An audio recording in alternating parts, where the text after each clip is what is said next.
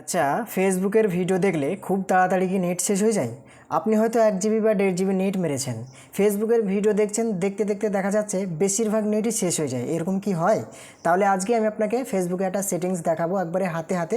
আপনিও পারবেন যেমনভাবে দেখাবো। তো সেই সেটিংসটা যদি আপনি করে রাখেন, তাহলে যদি আপনি 5টা ভিডিও দেখতে পারতেন, সেই জায়গায় আপনি 10টা ভিডিও দেখতে পারবেন ফেসবুকের মধ্যে। নেট খুবই কম খাবে।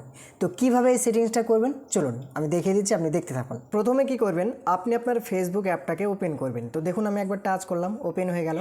এবার আপনি উপরে দিকে লক্ষ্য রাখুন, এই জায়গাটায় লক্ষ্য রাখবেন, এটা আপনার প্রোফাইল লোগো থাকবে, ঠিক আছে? তো এই প্রোফাইল লোগোটার উপরে একবার টাচ করবেন। এইখানে টাচ করার পরে এবার আপনি আবারও লক্ষ্য রাখুন, এইখানে দেখুন সেটিংসের একটা লোগো আছে। তো এই সেটিংস লোগোটার উপরে একবার টাচ করবেন। এইখানে টাচ করার পরে এবার আপনি স্ক্রল ডাউন করে একটু নিচের দিকে আসবেন, এরকমভাবে সরিয়ে দেবেন, মানে উপরের দিকে ঠেলে দেবেন, ঠিক আছে?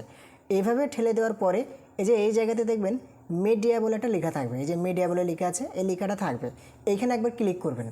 এখানে ক্লিক করার পরে দেখবেন এখানে দুটো অপশান দেওয়া থাকবে, একটা হচ্ছে অপটিমাইজ আর একটা হচ্ছে ডেটা সেভার। তো আপনি কি করবেন, ডেটা সেভার বলে লেখা আছে না, এর ডান দিকে লক্ষ্য রাখবেন, এই জায়গাতে একটা ঘর থাকবে। এই ঘরটার উপরে জাস্ট একবার ক্লিক করে দেবেন। এইখানে ক্লিক করার পর থেকে এবার যদি আপনি ফেসবুকে ভিডিও দেখেন, দেখবেন অনেক কম নেট খাবে, অনেক ইজিভাবে আপনি ফেসবুকটাকে চালাতে পারবেন।